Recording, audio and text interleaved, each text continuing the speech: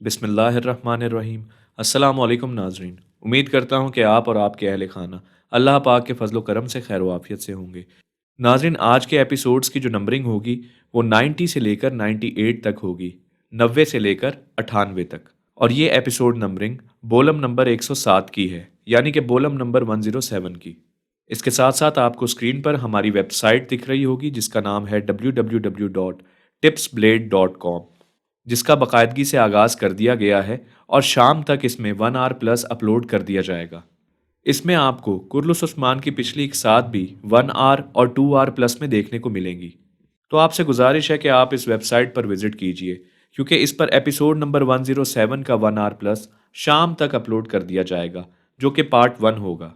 इसके साथ साथ रात को इसमें फाइटिंग सीन्स भी डाल दिए जाएंगे, यानी कि जो भी पार्ट आप देखेंगे यहाँ यूट्यूब चैनल पर, अगर आपको उस पार्ट के फाइटिंग सीन्स चाहिए तो वो फाइटिंग सीन्स भी आपको हमारी वेबसाइट पे देखने को मिलेंगे। तकरीबन आज शाम या रात तक हम मुकम्मल तौर पर ये तमाम तर चीज़ें वेबसाइट पर अपलोड करने में इंशाल्लाह कामयाब हो जाएंगे। अगर आप विज़िट करना चाहते हैं तो इस वेबसाइट को अभी भी विज़िट कर सकते हैं। नाज़रीन, एपिसोड नंबर 90 पार्ट 1 का आगाज़ कुछ इस तरह से होता है। करारगाह का मंजर दिखाया जाता है जहां पर जंग जारी होती है। बाला खातून, जो कि बेबसी के आलम में ओलोफ और फ्रिक के सामने ज़मीन पर बैठी हुई होती हैं, इसी दौरान उस्मान साहब का एक सिपाही ओलोफ पर हमला करता है, जिसकी वजह से बाला खातून को वहां से निकलने का मौका मिल जाता है। जैसे ही वो खड़ी होती हैं और वहां से पीछे हटने लगती हैं तो वो अल्लाह से मदद मांगती हैं कि या अल्लाह, हम किस मुसीबत में फंस गए हैं, हमारी मदद फरमा। इसके साथ साथ बाकी तमाम तर सिपाही बहुत ही जोश व जज्बे के साथ ओलोफ के सिपाहियों के साथ लड़ रहे होते हैं, क्योंकि ओलोफ के सिपाही ज़्यादा तादाद में मौजूद होते हैं और वो बेहतरीन मनसूबा बंदी के साथ उस्मान साहब के सिपाहियों और करारगाह पर हमला करते हैं। इस वजह से उस्मान साहब के सिपाही ज़्यादा तेज़ी से शहीद होते चले जाते हैं, लेकिन जेर कुताई और बैसुंगर बहुत ही ज़बरदस्त अंदाज से ओलोफ और उसके सिपाहियों का मुकाबला करते हुए दिखाई देते हैं। बाला खातून, जो कि ये सूरत हाल देखते हुए बहुत ही परेशान होती हैं, वो काफिरों से लड़ती चली जाती हैं और उसके साथ साथ अपने सिपाहियों को कहती हैं कि बारूदी मवाद लेकर आओ। नाज़रीन, ये बाला खातून की एक ज़बरदस्त हिकमत अमली होती है कि ओलोफ और उसके सिपाहियों को लड़ाई में मसरूफ़ रखा जाए और इस दौरान किसी भी तरीके से बारूदी मवाद लेकर आया जाए, क्योंकि उस्मान साहब के सिपाही तलवार के हमले से तो नाकाम होते दिखाई दे रहे हैं, लेकिन बारूदी हमला अगर हो गया तो ओलोफ और उसके सिपाहियों को पीछे हटने पर मजबूर होना पड़ेगा।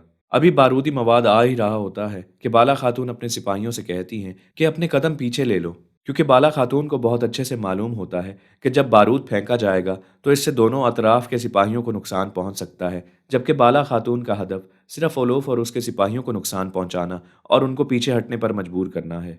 फिर जैसे ही वो बारूदी मवाद लेकर आते हैं तो वो बम की शक्ल में होता है और एक एक करके ओलोफ के सिपाहियों के ऊपर फेंकना शुरू कर देते हैं, जिसकी वजह से ओलोफ के सिपाही आग में झुलसना शुरू हो जाते हैं और धमाके के साथ फटना शुरू हो जाते हैं।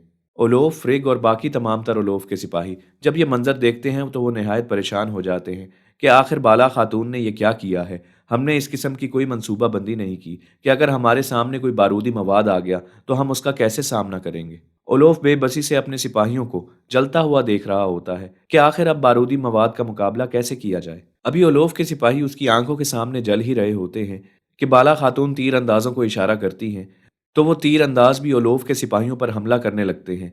ओलोफ और उसके सिपाहियों को ये समझ नहीं आ रहा होता कि आखिर इस हमले से कैसे बचा जाए, क्योंकि एक के बाद एक ओलोफ के सिपाही कत्ल होते चले जाते हैं। बाला खातून अपने सिपाहियों के साथ खड़ी होती हैं और कहती हैं कि आज हमारे दुश्मनों को बदतरीन मौत का सामना करना पड़ेगा। नाज़रीन, बाला खातून जिस अंदाज से अपने सिपाहियों को बचाती हैं, क्योंकि उनको पहले मालूम नहीं होता कि उनके ऊपर हमला होने वाला है, उसके बावजूद उलोफ और उसके ढेर सारे सिपाही जब बाला खातून और उनके सिपाहियों पर हमला करते हैं तो बाला खातून निहायत अक्लमंदी और दानिशमंदी के साथ फैसले लेते हुए दिखाई देती हैं, जिसकी वजह से वो खुद को और अपने सिपाहियों को बचाने में कामयाब हो जाती हैं। बाला खातून की ये खसूसियत निहायत काबिल तारीफ दिखाई गई है। फ्रिग ओलोफ से ये कहते हुए दिखाई देती है कि हमने करारगाह पर हमला करके अपना मकसद पूरा कर दिया, यानी कि करारगाह को तबाह कर दिया और वहां पर मौजूद तमाम तर हथियारों को तकरीबन निस्तो नाबूद कर दिया है।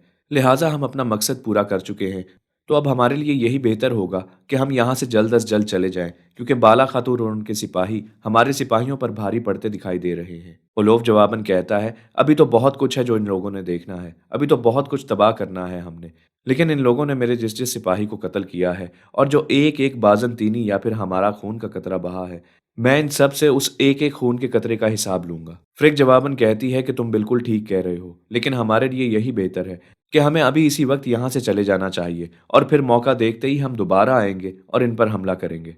लेकिन वक्ती तौर पर हमें यहाँ से जाना होगा। नाज़रीन, फ्रिग ये इसीलिए कह रही होती है क्योंकि पहले भी एक बार जब उस्मान साहब के साथ लड़ते हुए उस्मान साहब के सिपाही उलोफ और उसके सिपाहियों पर भारी पड़ते हुए दिखाई दिए थे, तो उलोफ वहां से हटने का नाम नहीं ले रहा था, जिसकी वजह से उलोफ और उसके सिपाहियों के कत्ल होने का खदशा ज़्यादा था। तब भी फ्रिग को बहुत ही मुश्किल से उलोफ को वहां से हटाना पड़ा था, जिससे ये बात जाहिर होती है कि उलोफ इतना चालाक या मक्कार नहीं है जितना कि फ्रिग। वो जैसे ही इस बात का अंदाज़ा लगा लेती है कि उन पर कोई मुश्किल घड़ी आ पड़ी है या फिर वो कत्ल होने के करीब हैं, तो वो उलोफ को उस जगह से फरार करने में कामयाब हो जाती है। उलोफ, जो कि ये देख रहा होता है कि उस्मान साहब के सिपाही बहुत ही ज़बरदस्त अंदाज में तीरों से हमला करते चले जा रहे हैं और उलोफ के सिपाहियों को मौका ही नहीं मिल रहा कि वो संभल कर वापस हमला कर सकें, तो वो अपने सिपाहियों से कहता है कि हमारे लिए बेहतर है कि हम यहाँ से चले जाएं और अपने कदम वापस ले लो ताकि हमारी जिंदगियां बच सकें। दूसरी तरफ सोगोत के सरदारी कमरे का मंजर दिखाया जाता है, जहां इस्मान सुल्ताना और उस्मान साहब के दरमियान बहस जारी होती है। इस्मान सुल्ताना उस्मान साहब से कहती हैं कि आपने किसकी इजाज़त से करारगाह बनाई और किसकी इजाज़त से हमला करने की तैयारियां कर रहे थे।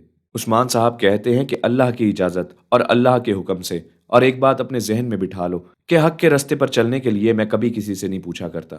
और अगर आपको इस चीज़ की गवाही चाहिए तो आपके साथ एक शख्स मौजूद है जिसका नाम तुर्गुत है, आप उससे पूछ सकती हैं कि मैं ऐसा ही हूँ। तुर्गुत बे जवाबन कहते हैं कि उस्मान साहब, आप जो कुछ भी कर रहे हैं गलत कर रहे हैं। उस्मान साहब जवाबन कहते हैं कि मैं जो भी कर रहा हूँ बिल्कुल ठीक कर रहा हूँ। इस्मान सुल्ताना अपने सिपा सालार आपची से कहती हैं कि जाओ और जाकर करारगाह पर मौजूद तमाम तर सिपाहियों की मदद करो, उन सिपाहियों की मदद करो जो किसी ऐसे शख्स के ख्वाब को पूरा करने के लिए अपनी जानों के नजराने पेश कर रहे हैं जिसका ख्वाब कभी भी पूरा नहीं हो सकता। उस्मान साहब आवची को रोकते हुए कहते हैं कि नहीं, मुझे तुम्हारी मदद की हरगिज जरूरत नहीं और ना ही मेरे सिपाहियों को। हम ऐसी सूरत हाल का दलेरी से सामना करना जानते हैं। इस्मान सुल्ताना जवाबन कहती हैं कि उस्मान साहब, आपकी वजह से दो रियासतों के दरमियान जंग हो सकती है। आप जंग की तरफ दोनों रियासतों को लेकर जा रहे हैं, यानी कि बाजंतीनी और सल्जूकी रियासत को। अब क्योंकि हमें आपकी करारगाह और मंसूबे का मुकम्मल तौर पर इल्म हो चुका है, तो दोनों रियासतों के दरमियान अमन को खराब करने की वजह से आपको जबरदस्त सजा दी जाएगी। आपको इस फैसले की कीमत चुकानी पड़ेगी। उस्मान साहब जवाबन कहते हैं कि मुझे कोई भी कीमत चुकाने से डर नहीं लगता। आप जब कहेंगी, जहां कहेंगी, मैं वो कीमत चुका दूंगा। ये कहकर उस्मान साहब और मलहन खातून वहां से चले जाते हैं। इस्मान सुल्ताना वहां पर मौजूद तमाम तर सरदारों को इशारा करती हैं कि आप लोग भी यहाँ से चले जाएं। जैसे ही तुर्गुत बे वहां से जाने लगते हैं तो इस्मान सुल्ताना उनको रोक लेती हैं। आवची सुल्ताना के पास आकर कहता है कि मुझे ये बताइए कि अगर उस्मान साहब यहाँ से करारगाह पर पहुंचने में कामयाब हो गए और वक्त पर पहुंचने में कामयाब हो गए तो हमारा मंसूबा तबाह हो जाएगा, क्योंकि हम तो ये भी चाहते थे कि उस्मान साहब के तमाम तर सिपाहियों को शहीद कर दिया जाए। लेकिन अगर उस्मान साहब वहां पर पहुंच गए तो ऐसा हरगिज नहीं होने देंगे।